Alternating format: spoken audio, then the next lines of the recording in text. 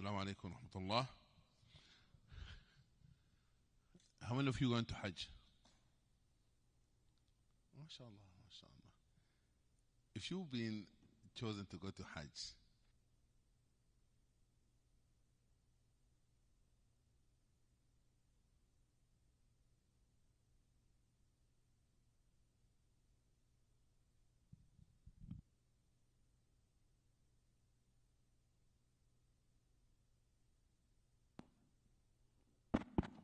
because this year only 3,500 gone from America.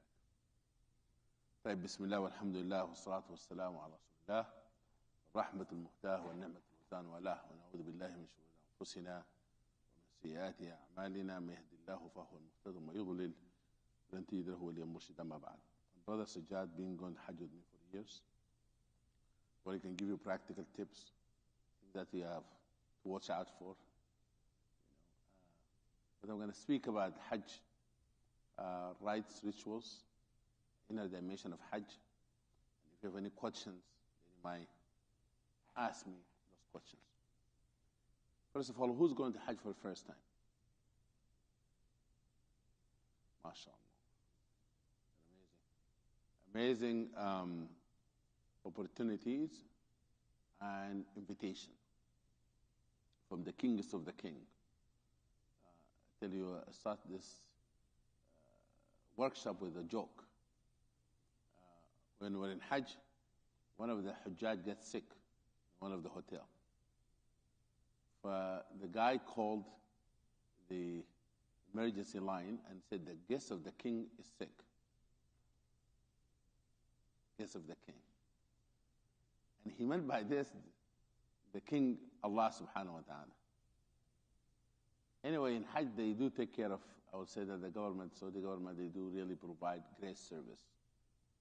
Honestly, in Hajj, in many places, that you will have the best service possible in easing your Hajj. But he was asked, why did you say that? He said, because everyone is a guest of the king, Allah subhanahu wa ta'ala.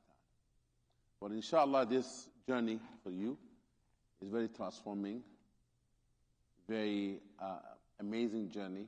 It's a lifetime journey. That's why the Hajj required once in your lifetime. Ramadan every year. Salah 5 times a day. Zakah once a year. Except Hajj. Obligatory once in your lifetime. That shows the significance of this rukn, pillar of Islam, because it encompasses all the other 5 pillars. The 5th pillar of Islam encompasses all the other 4 pillars. How? The first pillar of Islam is what? Shahada. In Hajj, what is the most beautiful chanting in Hajj? Huh? لبيك اللهم لبيك لبيك لا شريك لك لبيك إن الحمد والنعمة لك والملك لا شريك لك. You declare Tawheed over and over again. You say, oh Allah, here I am, responding to your call. I'm here to respond to the call that made by Ibrahim alayhi salam, through the call you made to us through Ibrahim alayhi salam. لبيك لا شريك لك. There's no associate with it. لبيك اللهم لبيك لبيك لا شريك لك لبيك إن الحمد, all praise to you. والنعمة, all the blessing and the bounties from you. النعمة لك والملك, and all the dominion belong to you. لا شريك لك. What it encompasses what? Tawheed. To remind you of Tawheed. Of the Shahada. Renewal of Shahada. The second pillar of Islam is Salah.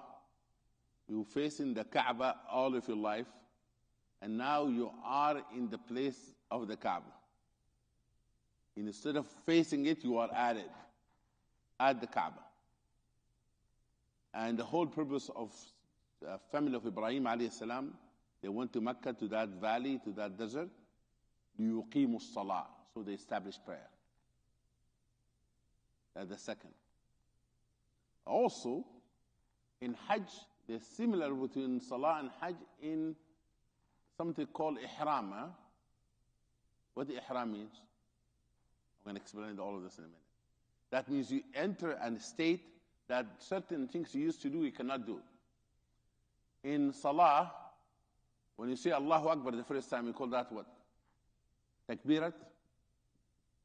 Takbirat al-Ihram. Takbirat al-Ihram. That means anything you're doing does not include the Salah, cannot be in Salah, you cannot do during Salah. The third is, for the third pillar, Zakah. In Hajj, you do sacrifice, you slaughter animals. Your Hajj, you spend money to go to Hajj. It is about addressing the greed that we have. You do infaq. And when you slaughter the sheep, is what the poor and the needy being fed from that meat. And the fourth pillar of Islam is fasting. Fasting means to abstain. There's certain things you cannot do when you're fasting. In Hajj, you fast for certain things. During Hajj, no physical relationship. During Hajj, you don't put ihram, you don't put perfume. You don't cut your nails. You don't cut your hair. It's to abstain. But it encompasses all the other pillars. Now, let me explain to you let me speak about Hajj from the beginning. First of all, I'm going to speak about each rites of Hajj. Then I'll speak about the inner dimension. Why you do it. The logic. Or Imam al-Ghazali understanding. Let me not to claim that is mine. Imam al-Ghazali inner dimension of Hajj. Now, when you make the niyyah for Hajj, intention. Hajj itself, the word Hajj, al-qasd ila mu'azzam.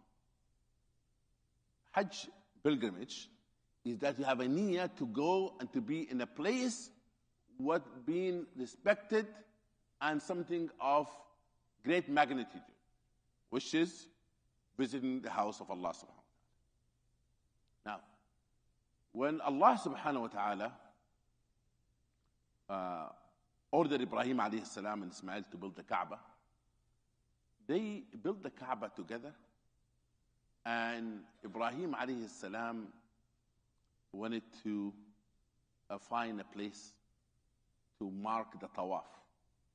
So he asked his son Ismail, said, go and find me a unique stone so that I can make that stone mark the Tawaf. The son went over and came back and said, Dad, I couldn't find a unique stone. All looked the same. I was told that I have to also, the camera, okay. That he said, I couldn't find. He said, go and find, second time send him. The third time, Jibreel alayhi salam came and gave him the al-Hajar al-Aswad. He said, take this, make it as a mark. When he came, he said, Dad, I couldn't find it. He said, Allah provided for me. I'm not depending on you anymore. Here the stone. When they finished building the Kaaba, as Allah says in the Quran, وَإِذْ يَرْفَعُ إِبْرَاهِيمُ الْقَوَاعِدَ مِنَ الْبَيْتِ وَإِسْمَاعِيلُ رَبَّنَا تَقَبَّلْ مِنَّا إِنَّكَ أَنْتَ السَّمِيعُ الْعَلِيمُ رَبَّنَا وَاجْعَلْنَا مُسْلِمَيْنِ لَكَ وَمِنْ ذُرِّيَّتِنَا أُمَّةً مُسْلِمَةً لَكَ وَأَرِنَا مَنَاسِكَنَا وَتُبْ عَلَيْنَا إِنَّكَ أَنْتَ التَّوَّابُ الرَّحِيمُ. When they raised the foundation of the Kaaba, Ibrahim and Ismail alayhi salam, when they finished the Kaaba, said, oh Allah, accept this project from us. This Kaaba, accept this project. Allah accepted, and 5,000 years later, still we're going to the Kaaba. And they said, oh Allah, show us how to do the rites of Hajj. وَأَرِنَا مَنَاسِكَنَا. But those manasik of Hajj, told by Allah subhanahu wa ta'ala to whom? To Ibrahim alayhi salam. Now before you leave this place, America, we need to purify our intention. To write our will. You have a will? You have a will? If you don't have one, write one. Don't go out with writing your will. Because you have to have somebody to take care of business in your absence.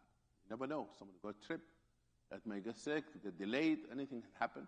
Allah protect all of you, and you safe and sound and healthy, inshallah. You do that. Some people ask me about debts. What if I own a house? A house is not considered a debt that you have to pay often to go. Because somebody is going to take the house if something happens. Even the car. If you have payment in your car, you can go to Hajj because somebody is going to take the car and liquidated the asset. Don't worry about those two. But personal debts, as much as a person should pay them, or make somebody say, if something happened, I will pay the debts. I will be in charge of it. Okay. Now, you make a niyyah from here that you're going to a journey is only for Allah. Only for Allah. No one else. You're not going there for the big tower. You're not going for a 5-star hotel. You're not going there for al-bake. You know what al-bake is? Al-bake is a fried chicken called al-bake. Close to the word al-bake. You know? You're not going to any... You have to purify your niyyah. Said, this is for Allah. I'm not going to vacation. I'm not going for a luxurious, vacation. Luxury. Now, I'm going for Allah subhanahu wa ta'ala. That is a niyyah that you make. And that means your mindset is sabr, patience, forbearing, devotions, dhikr, silence. That's what you're going to do. In your hotel, there's a TV. Don't watch movies.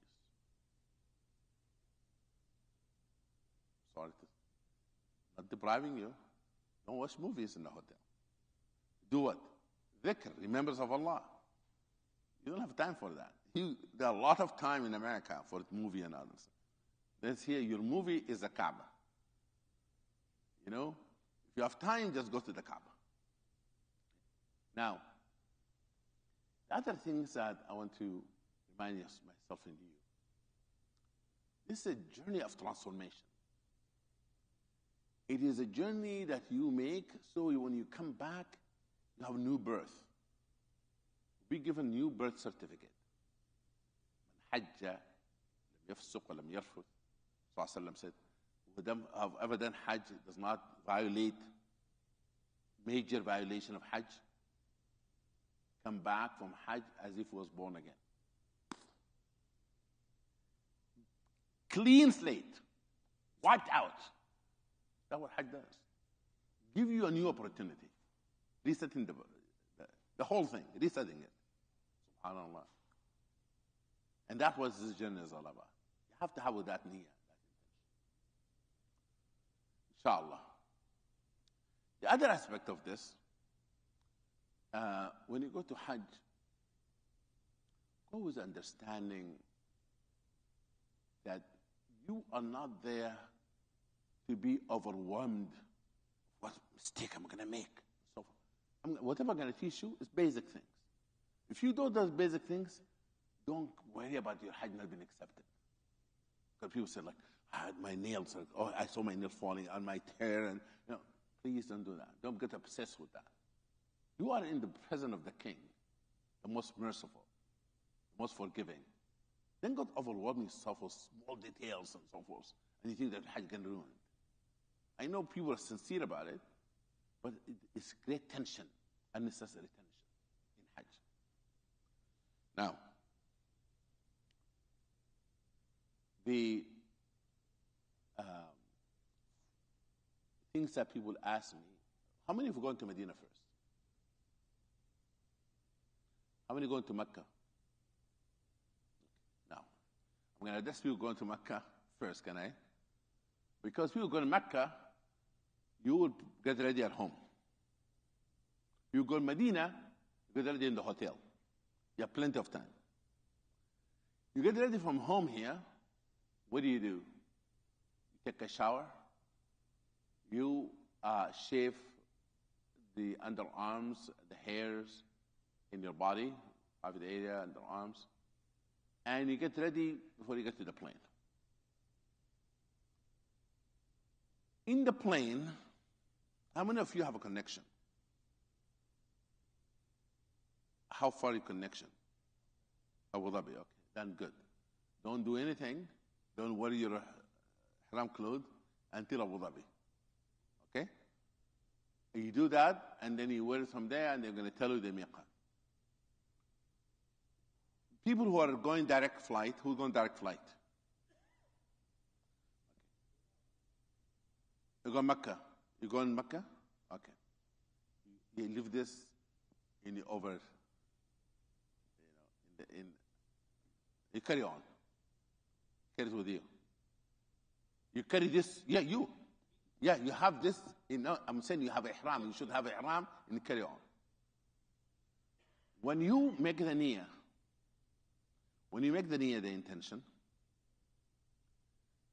you pray the 2 rak'ahs at home. You don't have to pray the 2 rak'ahs in the plane. I know you're going to go in Saudi Airline, that musalla will be overcrowded sometimes. Pray 2 rak'ahs home. Or you can pray 2 rak'ahs when you land. But when they say is the miqat, then you change your clothes before the miqat. Like 1 hour and a half, 2 hours before you land, you change. And then they will announce in the plane. Ihram is a niyyah. It's not the clothing they're going to wear. This cloth here for men, it is not the ihram. Ihram clothes, not ihram. Ihram is the niyyah that when you say, labbaik Allahumma labbaik, labbaik Allahumma hajj or umrah, I'm going to come to the 3 types of hajj, then you have to choose what kind of hajj you're going to do. When you make that niyyah, after that you cannot cut your nails, you cannot have perfume, scented soap, no physical relationship until you finish your umrah, if you do umrah. I'm going to come to that. And for the sisters, there is no specific clothes for ihram for sisters. The only thing that should not wear it too colorful clothing, like people say, like, going to wedding? Don't go to the wedding there, Wear it like plain clothes, but it can be color. It doesn't have to be black. It doesn't have to be white. It can be blue. It can be anything. You wear that clothes, and the thing that does men, does brother here and the men, being asked not to do, some of them is for you. For example, you cannot wear shoes that cover your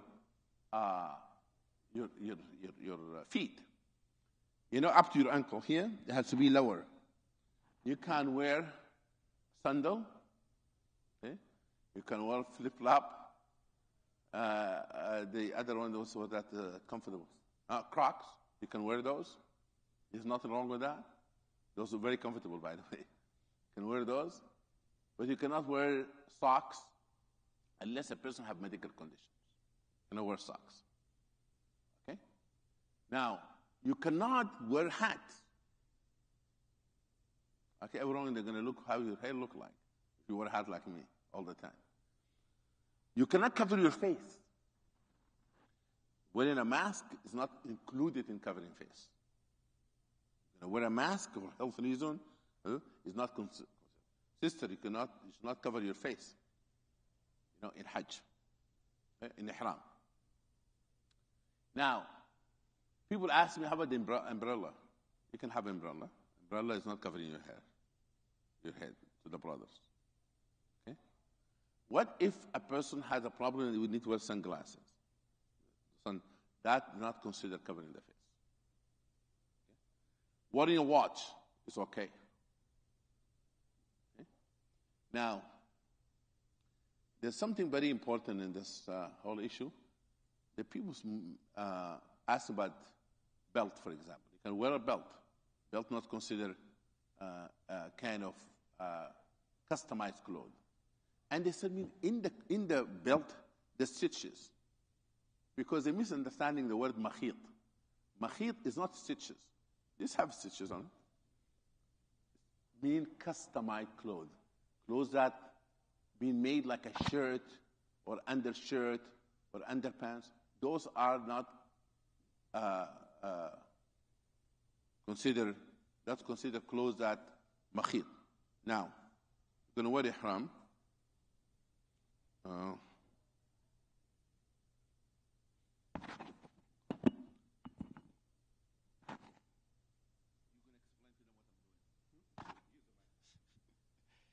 So for the brothers, Imam Majid, it was appropriate for a tall person.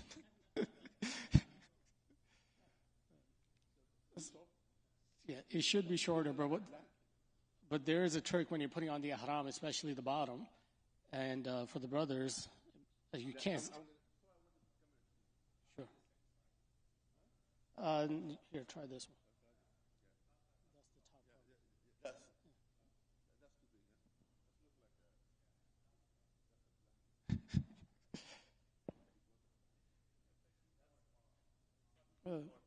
Well, remember, it's my ihram, not his.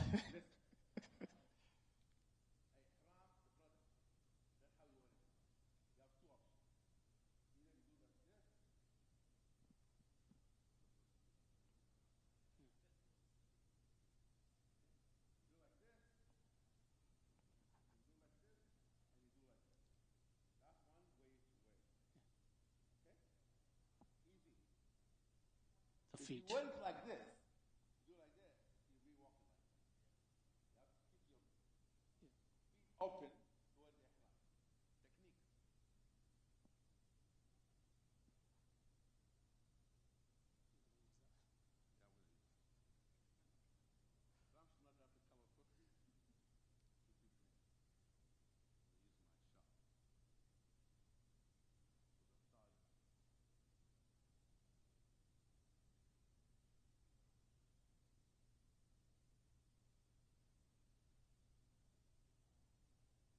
Again, Imam Majid is showing the two different methods of tying it, but pay attention to his feet and the gap. That's the most critical piece.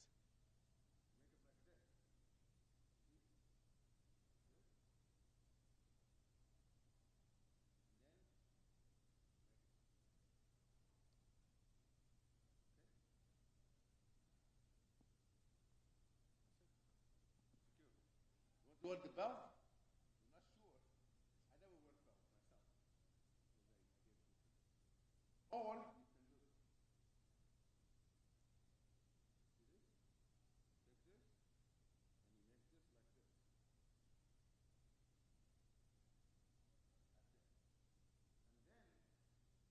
make this like this.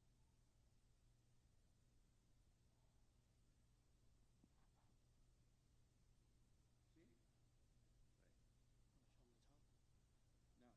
it. And then now. I think this will be easy. Okay. Now, your belly button has to be covered. Because this is the awra of men. Cover it. Now, see this? You do this like this. Cover like that until you're about to enter the Kaaba. About to enter the Kaaba, you're like this. Who's doing, what Hajj are you doing? There's three types of Hajj. There's Tamattu'. Who's doing Tamattu'? Raise your hand.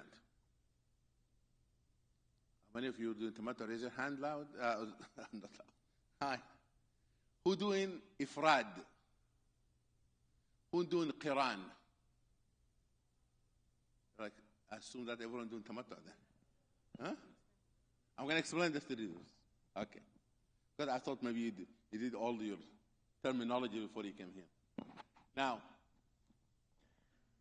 if you're doing Qiran or Tamattu', you're going to mix Hajj with Umrah. Umrah with Hajj. Tamattu' is that you do Umrah first, you get off your Ihram, you cut your hair, and then you wear Ihram again for Hajj. Then between, you can do everything else. Perfume, relationship, everything. Between. When you get off the ihram, we call that tamattu'. It requires to slaughter an animal. I'm going to explain each one what it requires, but I'm just talking about the ihram for it. You make the niyyah, said, oh Allah, I'm doing umrah till Hajj. Umrah and then Hajj. Then in Qiran you say, oh Allah, have a niyyah for Hajj and Umrah together. For Ifrad, you say, oh Allah, I make a niyyah for Hajj only. I would recommend for you to do your tamattu' or Qiran. Coming from America. Okay? Now, when you enter the Kaaba, then you show your arm. I'm going to show you the Tawaf in a minute. What you do in Tawaf. Now, see, even I cannot get it out. How tired we become. Don't worry about it. If you do that well, trust me, I've done this so many times. No problem. Now, let me explain to you the three types of Hajj. If you're doing tamattu', you need to do the following. I'm misunderstanding the following. You make a niyyah for Umrah. You enter Mecca. If you enter at night, you can take a rest, even sleep on your ihram. You can take showers, but don't use scented soap. Don't use perfume. Many people confuse, says, can I take a shower? Yes, you can take a shower. Can you change your ihram clothing for men or for women? Yes. Ihram does not mean that the clothes that you made, you have to do the Hajj on them. You don't have to. Say that in the plane, before you land, the flight attendant give you coffee and the coffee went into your clothes. And you don't like to go with the stain coffee in it. You go Jeddah, in the airport, buy new ihram, go to the bathroom, change, and that's it. No problem of changing clothes. You can change as many ihram as you want, if you want to. Therefore, those who are doing tamattu', that when you come to, or even Qiran or Ifrad, if you arrive to Mecca and you are tired and exhausted, and you think that may get sick, and you will not be able to go immediately to the Tawaf, or the Kaaba at the time you arrived was so full, so much crowd, you can take a rest, and you can do it at the time that you see appropriate and fit, especially if you have family with you, be considered.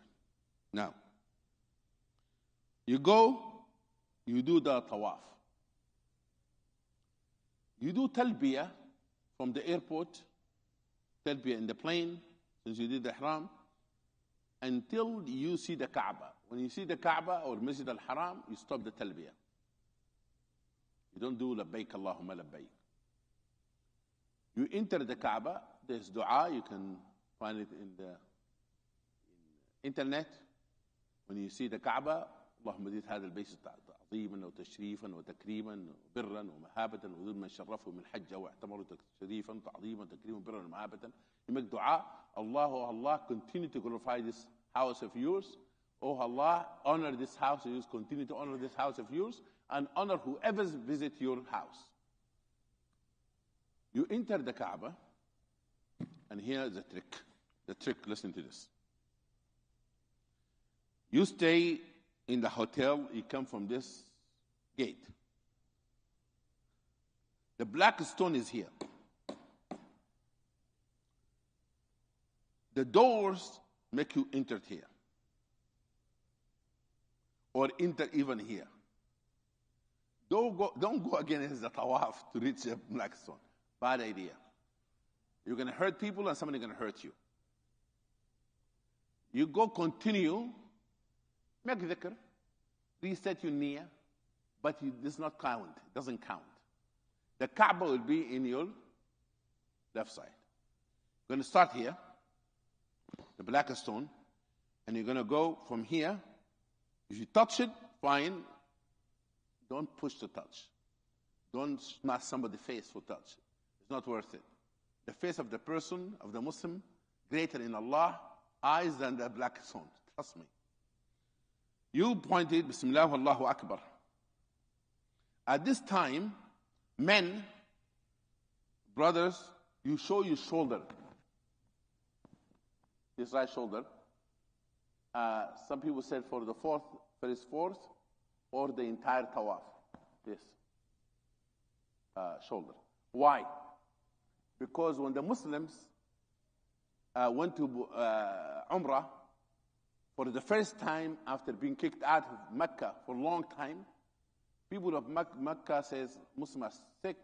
They have this fever of Medina, have taken a toll on their body, and the physical wellness used to be part of the strength of the army. Rasulullah showed them your muscle, and do this in the beginning. The first 4, or you can do the entire time. Do this 4 and 4 rounds first, or you can do the entire time if you can. Don't rush people. You know, if it's crowded, just walk a little bit faster like that. This is only for this first Umrah. No tawaf after that, you do this on it. Only that first. Okay, now, why is round the clock? Why is the round the clock tawaf? First of all, physically, your heart is closer. Secondly, you do this because you go in the footsteps of Ibrahim alayhi salam. You resetting, you're going back to in the footsteps, you're going back in history. Number 2, because or 3, that in Hajj you're doing tawbah. You go into all your past and racing the past, counterclockwise. If you do this, and then you remember the following, that everything in the universe is moving. From electron to neutron, everything is moving. And it actually rotate around something, evolved around their orbit in the universe. This movement will make you part of the universe. That everything in the universe praise Allah subhanahu wa ta'ala. The Kaaba actually was built under something called Al-Bayt Al-Ma'mur.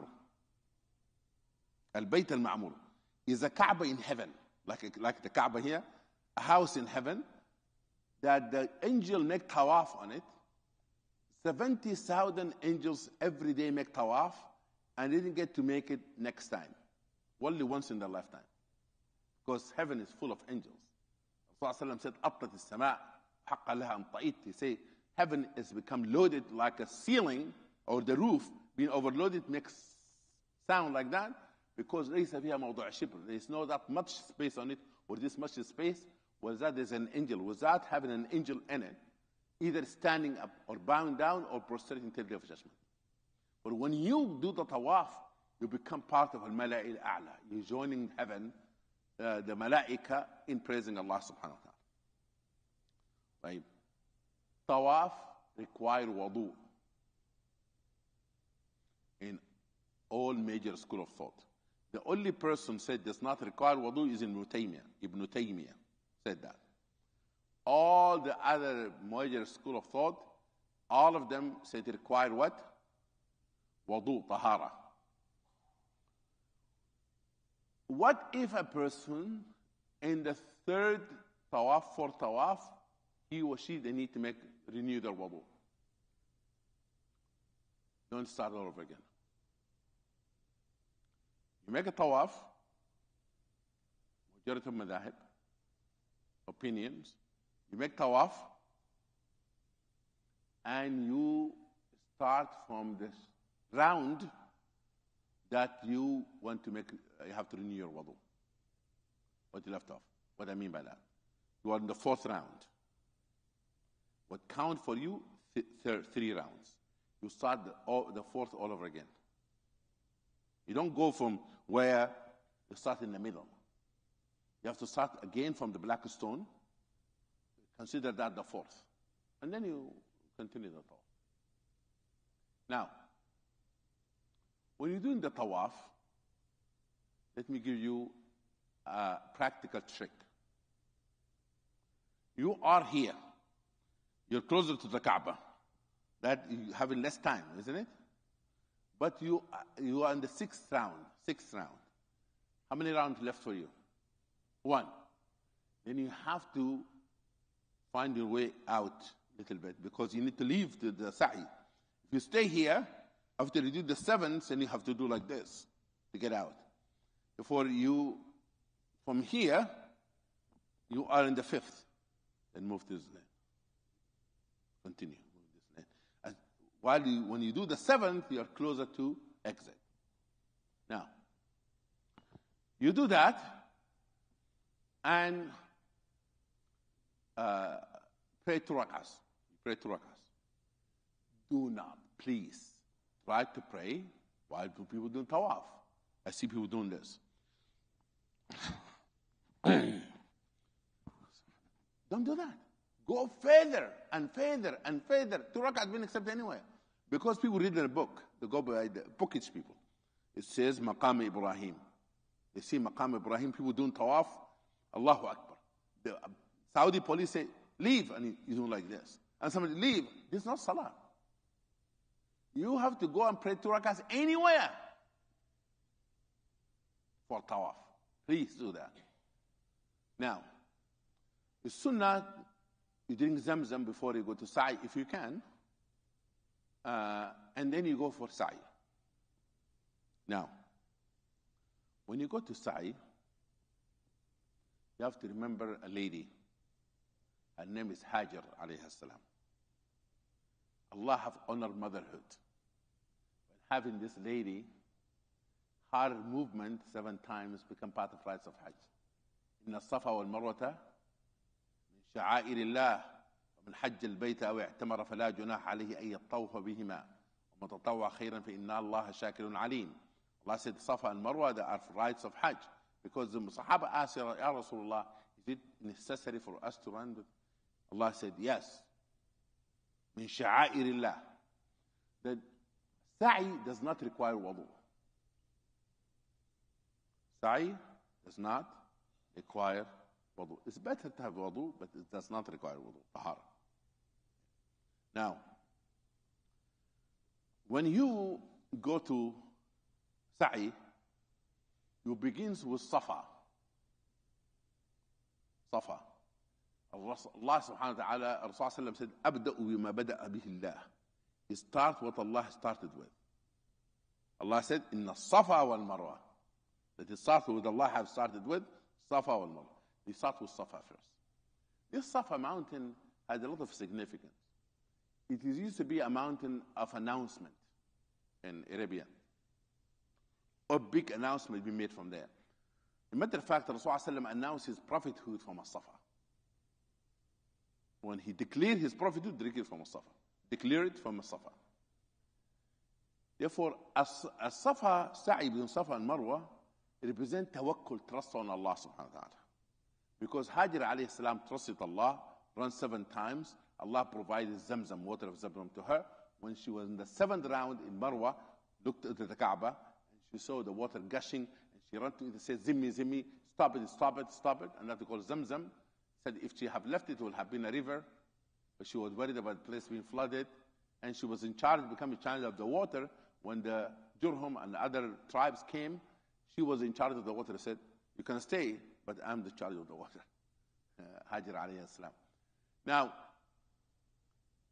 you start with Safa. In Safa, there's dua. You can download those du'as. Part of them, you recite the ayah as you climb to Safa.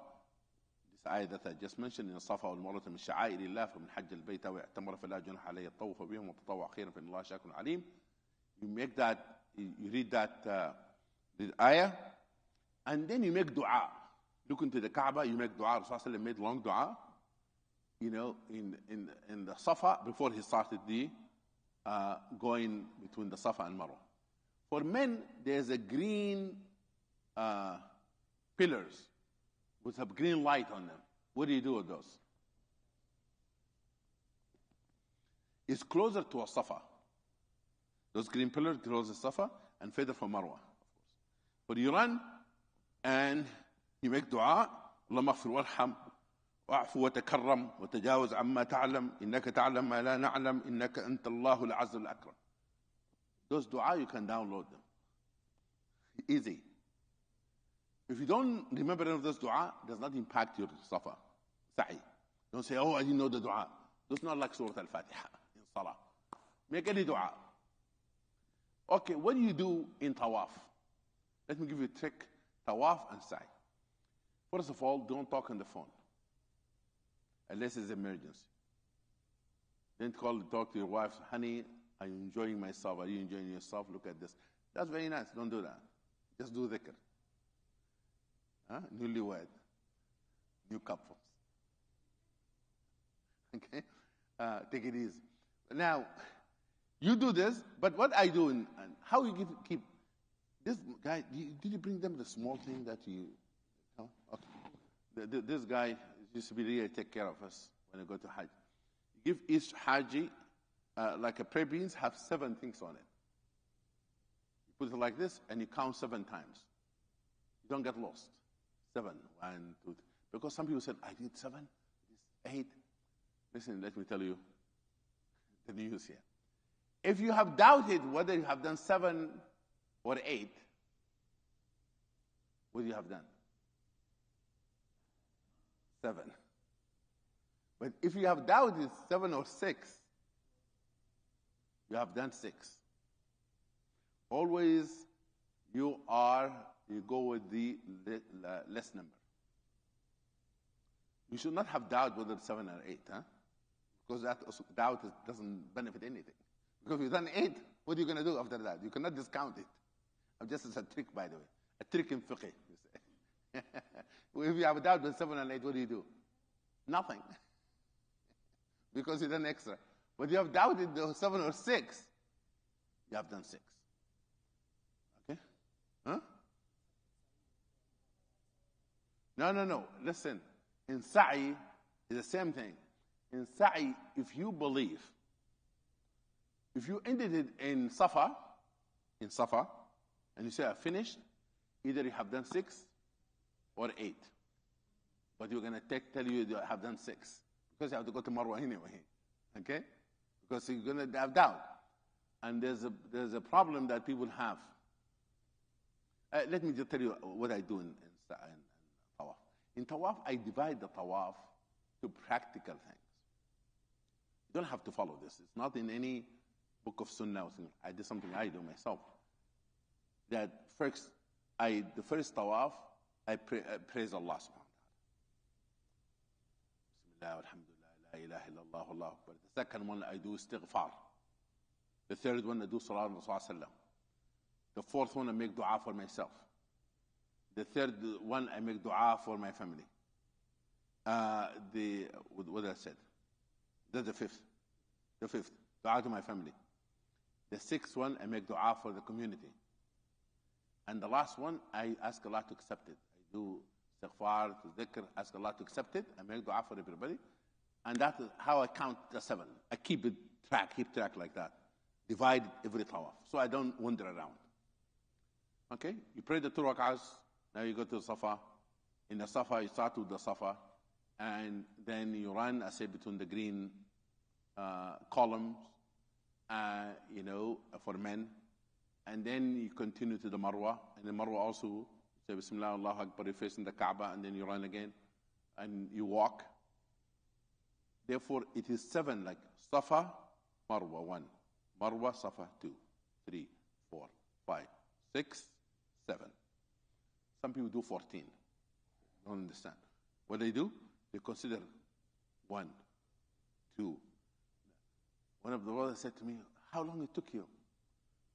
This is my first Hajj, actually. I said, brother, it took me like maybe half an hour. He said, it took me more than that. What did you do? I said, how? He said, I don't believe that you have done it. I said, brother, how many did you do? I realized he did 14. I've done 14. Allah accepted from him. Okay? He was so exhausted. 14 times. If we do 7, you have done Umrah. This is the Umrah. cut your hair, not in the Marwa. Anti-hygiene. That's not good. It's not a good thing to cut hair there. Please go to the hotel. Somebody said to me, can somebody in Ihram cut the hair of somebody else? Yeah, cutting the hair of somebody, not cutting your hair. That's not violate your Ihram. You cannot cut your own hair during Ihram, but you can cut your own hair to get out of Ihram. No problem. You cut it yourself, somebody cut it for you, no problem. Cut the hair. For men, you can shave the hair or you can cut the hair. For sisters, you can make your hair to braid like that, and then only this much. See this? Tip my finger here. Cut that. Not more than that. Yes.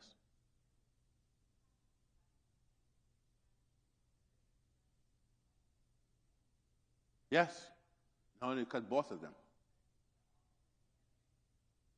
Exactly. Otherwise, it'd be cheating. You cut the hair? Yes, brother.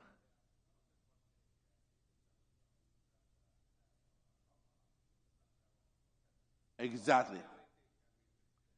Yes, you're right. We recommend for people to cut their hair in Umrah, and you want to shave it for Hajj. Shave it for Hajj. Cut it for Umrah and shave it for Hajj. If you don't want to shave it for Umrah, that means that just the rays are going to go again in your hair, your head. But you can do that. You can leave the rest of the hair for the Hajj. Now, some people that work require for them to have hair. That some people don't have hair, like me, not that much hair to begin with. Don't have to fight with it. So if you're going to impact your work and so on, just cut your hair. You don't have to shave it. Now, you have done that, you add of what? Ihram. If you do Qiran, you cannot get out of Ihram. See what I'm saying? You do Tawaf, you don't cut your hair. You do Tawaf, and you can do Sa'i, and you don't have to do Sa'i again. But the person who doing Tamattu, you have to do Sa'i again. The difference between Qiran and Tamattu, a person doing combined Umrah and Hajj has one Sa'i, the Qiran. Tamattu, two Sa'i. Because your Sa'i for the Umrah considered Sa'i of Hajj. Okay? Now, but you have to do Tawaf again, Tawaf al-Ifada, the last Tawaf. That Tawaf, I'm going to come to it in a minute. Now we have done what? Umrah. Any question about the Umrah? About the Tawaf? This is Kaaba. Until Hajj. You wear Ihram for Hajj, start Talbiyah again. Yeah. Any question?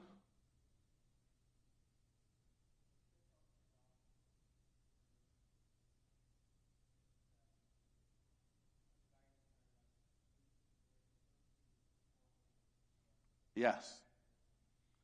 Absolutely. Yeah. Let me explain. When you take a shower, you can put oil, perfume in your body, not on your clothes of Ihram. Don't put it in the clothes itself. Put it in your body. That is okay. You can put that in your body. For men or women, it should not be smelled. Perfume is other people's smell. You can do that. Okay? And that perfume does not violate your Ihram because you did it before you have started the Ihram. Rasulullah did that. Also, you can put oil in your hair before you start the niyyah. You can comb your hair, comb your beard, and of course you cut your nails before you put the Ihram, shave underarms and so forth, private areas, hair, and you get ready for. You can put perfume.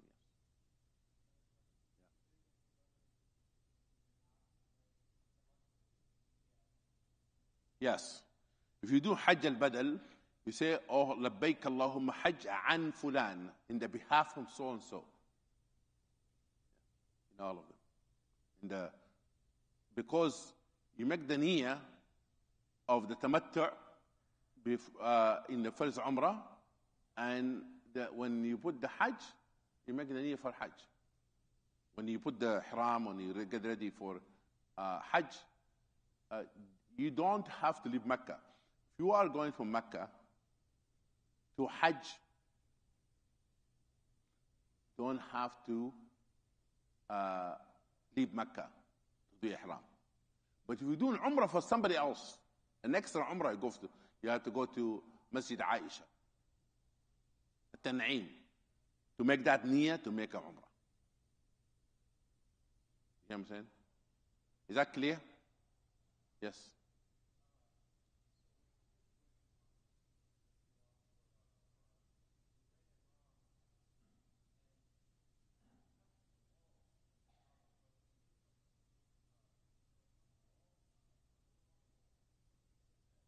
Yeah. In the Tawaf, don't touch the wall except two places. Touch the Rukn Yamani, the Yamani corner, and the Kaaba. You can do that. Touch those places. You can touch those places. But don't touch the wall when you're doing Tawaf. Yeah, sometimes if there's perfume, it's not your problem. That's true. Sometimes they put oud and that's.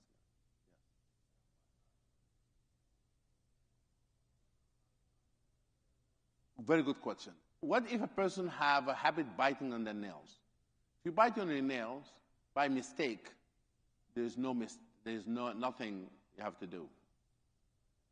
Intentional things, you have to do something about it. Mistakenly, you bite on your nail does not impact the ihram. By mistake, you went to the hotel and then use the bathroom and then use the scented soap. That mistake does not violate your ihram. There's nothing to do about it. No. Mistake, no. Intentional. Any questions? Okay. You have done the umrah. Now you are in Mecca, the 8th of the Hijjah. You're going to make the niyyah to go to Mina. This day is called Yawm al-Tarwiyah. Yawm al-Tarwiyah. Why they call it Yawm al-Tarwiyah? Because it's the day that Hujjaj used to take water from Mecca to Mina for the days of Mina. Because you have to have water there. In order to say, called Yawm al-Tarwiyah. You go to the 8th, and that 8th day is one of the amazing nights. You know why? Because the birth of that night will be the day of Arafah. Ya Allah, wa ma adraka ma Arafah. There's something on the air. You can smell that day. You can feel the angels around. Seriously, there's something about that day give you goosebumps. If you have the right mindset that you're going to be in the valley of the King, Allah, the valley of the King, Wadi Arafah, and you're going to pull your heart to Allah. You're going to bury your sin in that sand, and you're going to get out like a new birth certificate. If you have that feeling, see, I have goosebumps talking to you about it. It's just an intense feeling. The morning of Arafah.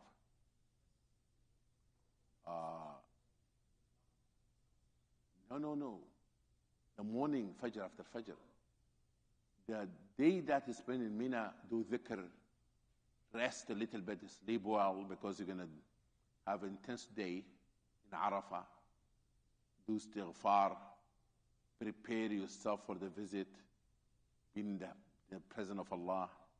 Is the day that Allah tells the angels, look to my servants. They come from America, they come from Australia, they come from China, seeking nothing but my forgiveness. Ushidukum ya malaikati, oh my angel, I make you witness, I forgive all of them. That day of Arafah. When you leave Mina, that day, and you go to Arafah, the sunnah is to reach for Dhuhr or Dhuhr time. there's a prayer in Arafah and khutbah. What do? You listen to the khutbah if you can in the masjid. Don't go to the Masjid Namira. But what we do in our tent, usually, we do our own khatib. Pray then. You can listen from Nimra. If you are being put, I don't know the arrangement now. Where they put them? Yeah, do it in tent, but I don't know if they put them next to the Nimra. But do it in your tent. Don't leave the tent if you don't put you next to Masjid Namir. By the way, if you go to that masjid, be careful. Some of that masjid is out of Arafah. Building-wise, out of Arafah. If you stayed in that place until sunset and you didn't know, you have not been in Arafah. Okay? In Arafah, you stay until sunset because staying during the day and some of the night. For when the sun sets, you move, that you have combined, you have both. You have stayed during the day and stayed some of the night. Now, what do you do in Arafah? Sleep the entire time? Listen. If you will go in the beginning and you want to rest before Dhuhr. They take you early. You can rest, you can take a nap if you want to. But after Asr, do not do anything but dhikr and dua. Don't go sleep after Asr. And if you want to rest, I prefer a person in Arafah to get all their energy in Arafah from Dhuhr to Maghrib, the touchdown, 100 yards. But if a person were to sleep before that, take a rest before that. But after Asr, don't go to sleep. Because you're racing with the sun. You want the sun to set on your sin. You want that night to be a new birth night. By Maghrib time, Allah have issued new birth certificate for you. You know what I'm saying? That's the intense moment. Now, in Arafah, make all your tawbah. Just pour it out. Ask Allah for forgiveness. Ask Allah to forgive us for wronging people. Ask Allah subhanahu wa ta'ala for shortcoming. Ask Allah for the sin that we have committed. Ask Allah for increasing of iman. Ask Allah for wilayah to be wali of Allah. Ask Him Don't belittle your dua. Ask for big thing, not a small thing. Because you're in the big league. That's a big league. You're playing big time. This is not a small league. Arafah is a big league. Therefore, you ask Allah al-Firdaus al-A'la. Don't ask for just enter Jannah. Say, oh Allah, I want to be under your throne. I want to be seeing you all the time. I want to be in the company of the Prophet Muhammad sallallahu alaihi wasallam. Ask for big thing, no small thing. Don't make all your dua about dunya. Ask for dunya, but don't make your dua all about Allah give me a raise in my job. That's okay. Give it like 10%. You know. What that? 50-50, no problem. But don't make a dua about dunya because people say, oh Allah, all dua about dunya. Make some dua about akhirah. And big dua about akhirah. But one of the most important things, my brothers and sisters, make dua for serenity of the heart. Ask Allah to give you this happiness in your heart. And He will sort it out for you, how He brings happiness. Because you want to have serenity. You have to be content with life. And when you walk from that valley, you should feel lighter. You feel like, I get it off my shoulder. I feel like flying, not walking. That's what Arafah does. The amazing things about Arafah, that I told you that Allah subhanahu wa ta'ala tell the angel, I make a witness, I forgive all this thing. There's a man named Ibn Arafah. Ibn Arafah, in the name of a scholar. That's his name, by the way. Ibn Arafah. Remember this guy.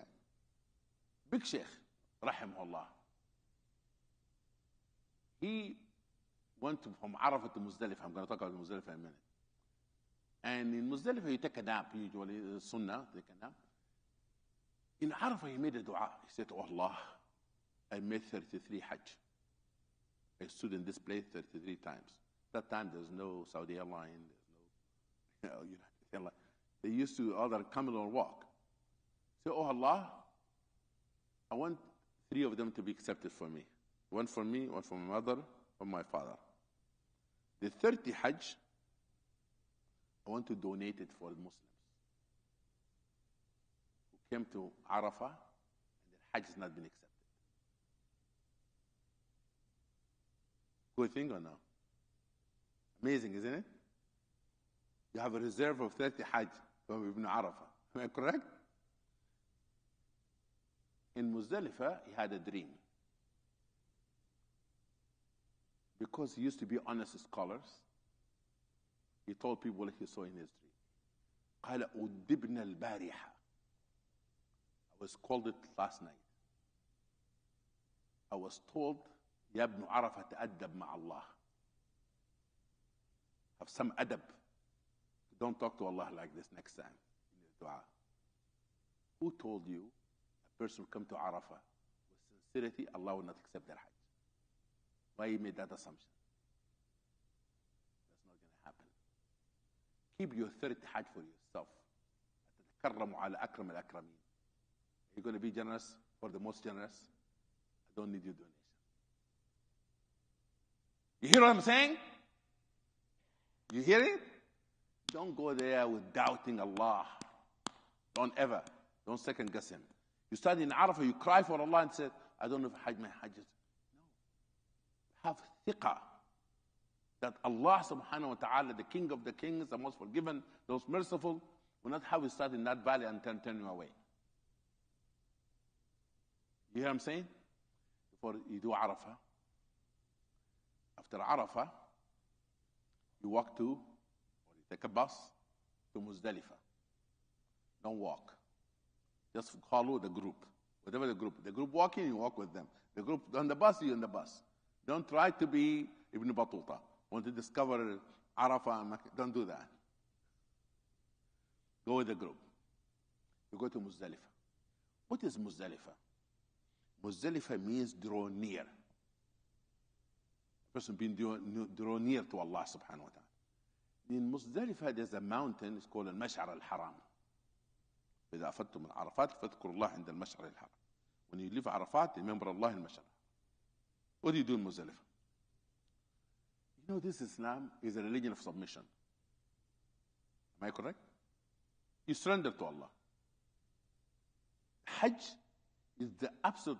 يقول الإمام الغزالي رحمه الله في الحج تمام العبودية. Hajj is the absolute surrendering to Allah. You don't say, oh Allah, why 7 times? Let me do it 18 times. I have energy. 7 times. Kaaba. Stay with it. خذوا عني مناسككم. Rasulullah said, take your rites of Hajj after me. Therefore, you go and you don't pray Maghrib. You hear the adhan in Arafah. Sun is setting, it's getting darker. The sunnah not to pray Maghrib there. Why? You're going to combine Maghrib and Isha where? In Muzdalifah. That's what it's supposed to do. You go there and you pray. First thing you do in Muzdalifah, you pray. And Muzdalifah, so far, the last Hajj is an empty, open place. You put a rock and someday you find a place and so forth. The closest to the prophetic way of doing Hajj is in Muzdalifah. Because you sleep in a mat or something like that. You hear everyone snoring, who snore, people doing tahajjud, people praying tahajjud, doing qiyam. All of it in one place. Become one flat, the largest camp humanity have seen. Open camp. The sunnah is to take a nap. No matter even half an hour, whatever. And then do istighfar, do tahleel, read Quran, if you want to. And then after Fajr, you can collect the stones, or you can collect them before Fajr if you want to. You collect the stones. It's better to collect them before that because they become, people rush even after Fajr. You collect the stones from there, The sunnah is actually to collect, you can collect the first 7. And you can collect the others later. Or you can collect all of them. How many stones that we have to collect? Huh? All together.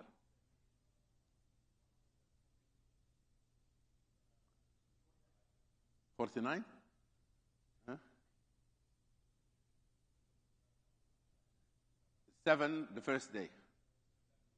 21, 21, 21. 21 times 3 is what? 21 times 3. 60. 3. Plus 7 is what? 70. Okay? If we do in 2 days, we can do 2 days only. Because Allah said, وَمَنْ تَعَجَّلَ فِي يَوْمِينِ فَلَا إِثْمَ عَلَيْهِ. You can do 2 days only, and then you leave. You go after that, Muzdalifah, go to Jamrah.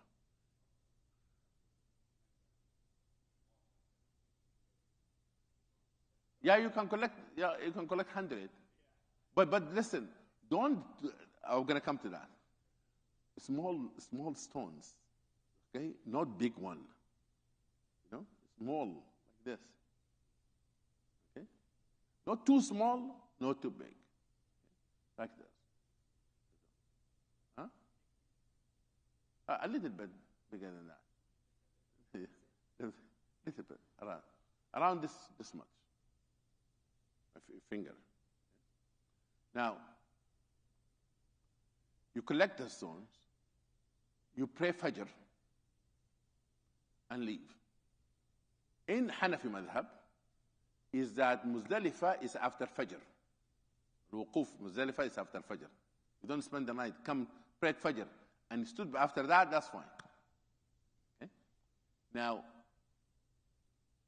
some scholars say that for a person who's sick, a person not feeling well, that he can, after midnight, 2/3 of the night, can leave. They can leave. But he stay with the group. Whatever the group is going to do with them. Now, you go to a Jamarat. Sometimes they take you first to your tent. Go to the tent. If you're going to walk, if you stay in North America camp, it's going to be a what kind of real walk. Okay? Be ready because you're going to still wearing your sandal and things like that because you still wear what? The Ihram, brother. Don't wear your sneakers. And then you go and you still, have 7 stones, throw 7 stones. It's called Jamrat al-Aqaba. The significance of this, because that Allah subhanahu wa ta'ala, when He ordered Ibrahim in the dream, and his son Ismail interpret the dream that he's going to offer himself to Allah, say shaitan come to try to persuade him not to do so. And he cursed the shaitan and so forth. And that is remind you of where Ismail alayhi salam was willing to give his life for Allah. For you have to ask yourself, you plan fight against shaitan. Shaitan in our life whisper to us. The waswas al-khannas. The mindset of a person doing this is a commitment to Allah that will resist temptation. As a man named Ali Shari'ati wrote a book about Hajj, he says, who is your Ismail? What you want to willing to give up? What are you willing to give up? What are the things that you want to sacrifice, to let go in your life for the sake of Allah subhanahu wa ta'ala? And therefore, when a person does that, you have to remember this is a commitment. There's no shaitan in that pillar, please. Because some people go overboard a little. A woman, my first Hajj, I had a sheikh from Sudan, rahimahullah, named Hassan Hamid, was blind, went to Hajj with me, and he said, I would like to go with you to Jamara. I will stay away. You do it in my behalf. He walked with me all the way to the 80s.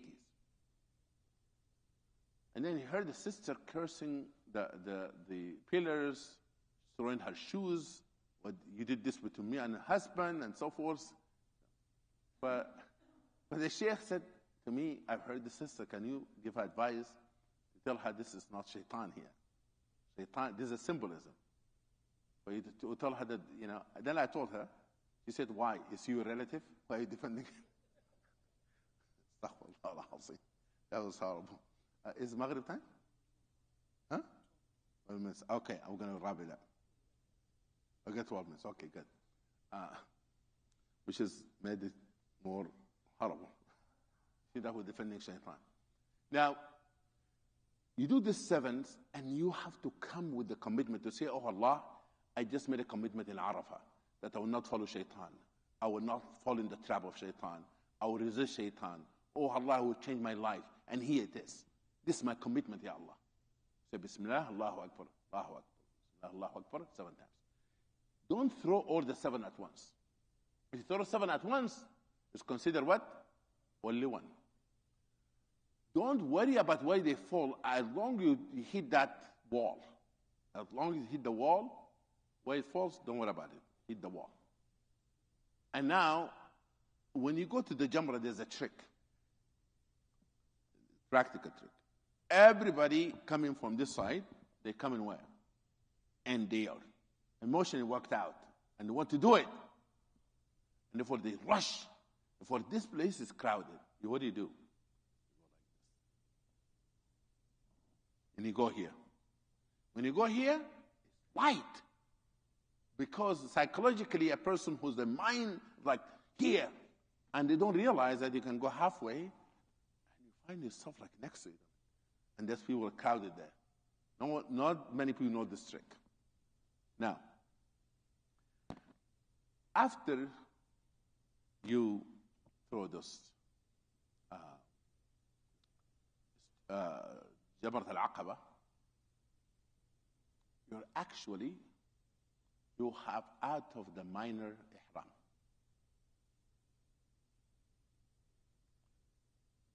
Ihram. You can go and cut hair. You cut your hair.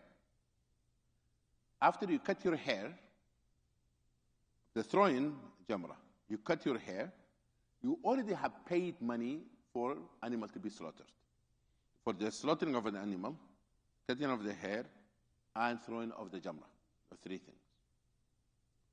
And the 4th is Tawaf al-Ifada. But if you have done the throwing of the stones, and you already paid for the slaughtering of the animal, you have to assume that's been slaughtered, inshallah. Don't worry about what time. And then you cut your hair when you go to your tent. Then for men, you wear regular clothes. For sisters, using perfume and everything like that, no problem. Cut your hair, cut your nails, and so on. What is prohibited is marital relationship. Until you do Tawaf al-Ifada. Tawaf al-Ifada. Tawaf al-Ifada considered a tahallul al-akbar. Person completely out of Ihram. You can do Tawaf al-Ifada if you made it available for you the same day, or you can make it all the 3 days of Mina. Go, do Tawaf al-Ifada, come back. Now, in Mina, that there are some madhahib that spending the night in Mina is wajib. It's wajib. It's not in Hanafi. It's wajib. And that means that if you don't do it, you slaughter what? Slaughter an animal. Therefore, you do go and come and spend most of the night in the camp. Except the 2 days, if you stay in 2 days, the second day, leave before Maghrib. Don't let the night comes. Leave before Maghrib, خلاص. It's okay. You can go and stay in Mecca. You have done Tawaf al-Ifada, do Tawaf al-Ifada, and your Hajj is complete. Complete your Hajj. Now, those who have done Tamattu' do Tawaf al-Ifada and Sa'i. Do the Sa'i. Those who are doing Tamattu', you do Tawaf al-Ifada and the Sa'i of Hajj. Those who do Qiran, no Sa'i. And your Hajj is complete. That simple? Yeah.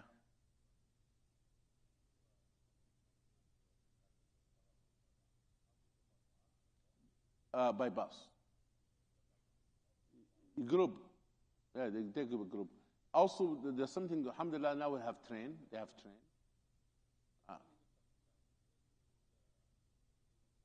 You pay the hadi. You pay them money for hadi and they slaughter on your behalf. For tamattu. Or for qiran too. Yes.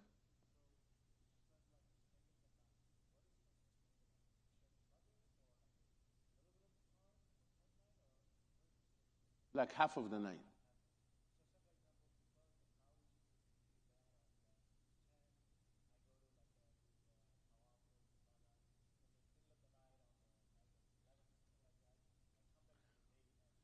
Yeah, in Hanafi madhab, you don't have a problem.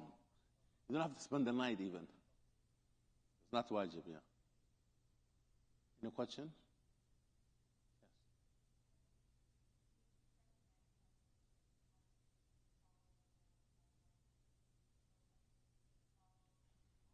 Very good question also.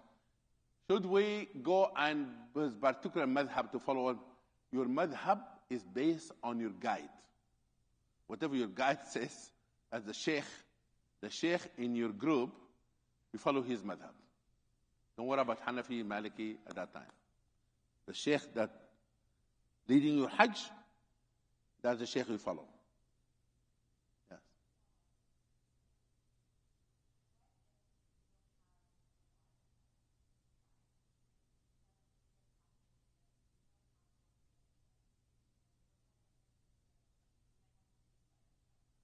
Use Hajj, a book called Hajj A to Z. Khalas. I trust the brother Mamduh.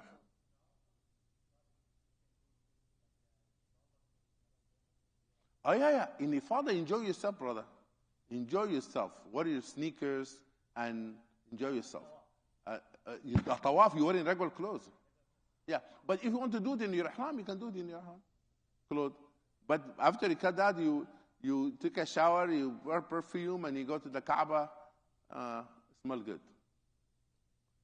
Any other questions? This is the shortest workshop of Hajj I've given. Any questions?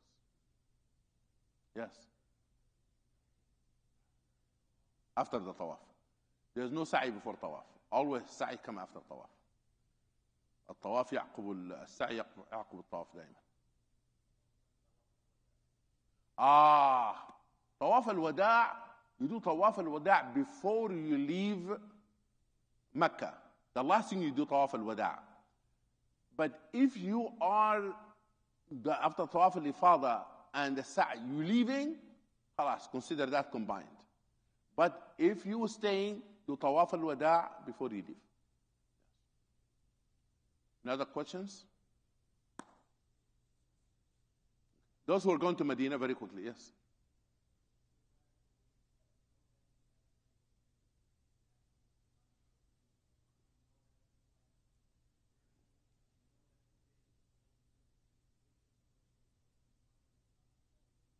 Some scholar says wait until you better know when they slaughter it, but because it becomes difficult to know, just after like 10 o'clock, 9 o'clock, which is usually that's what will happen, you assume that they're slaughtered.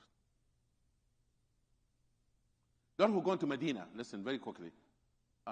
Maghrib time, 3 minutes.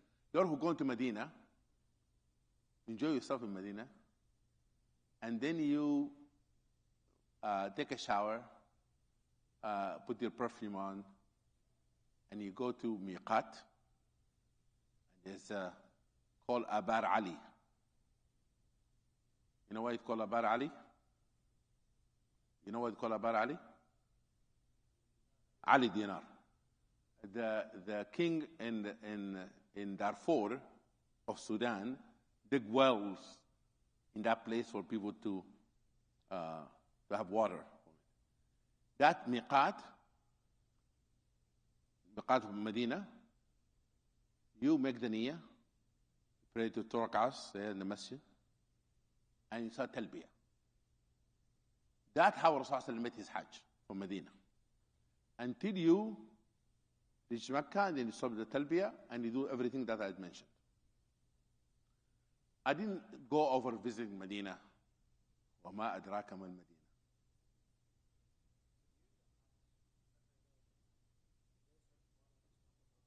What?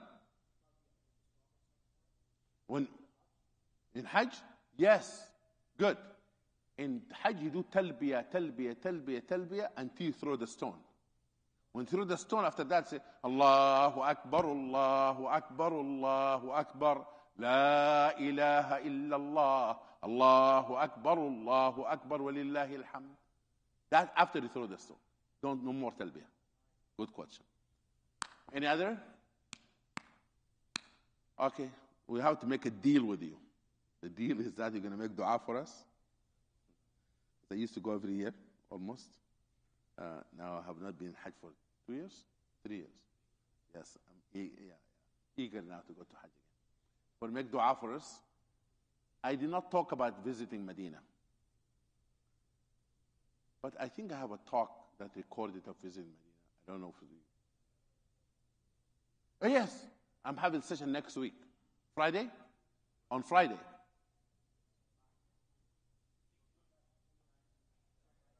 Okay. If you come back, I will talk about Medina. Inshallah.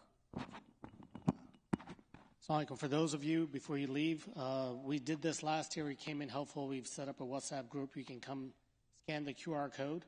So as you're traveling, you'll have questions. You will see things that Imam Majid said not to do, but somebody else doing, and you're going to think, maybe I should be doing that as well. So the WhatsApp group comes in handy for that. And after Salah, I'll stick around. If you have logistics, the how-to type questions, you can ask. So inshallah, QR code, if you want to scan it, please scan it, then you can share it. Alhamdulillah, last year there was about 250 people from around the world on it, so you can learn from each other as well. But Jazakallah khair for coming out. Inshallah, we're going to, but after Maghrib Salah, I'll be here if you have some other questions. Thank you. Assalamu alaikum.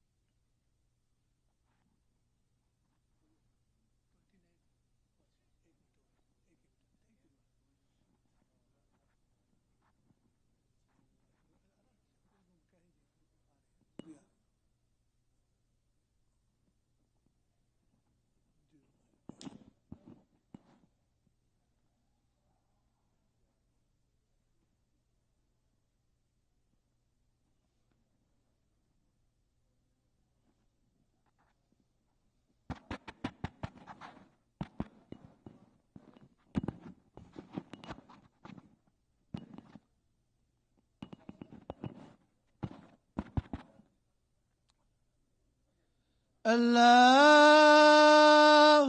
أكبر الله أكبر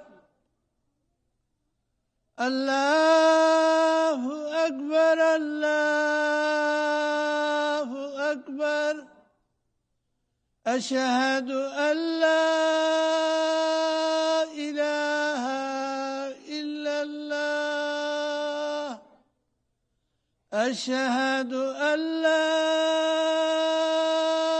إله إلا الله أشهد أن محمدا رسول الله أشهد أن محمدا رسول الله حي على الصلاة حي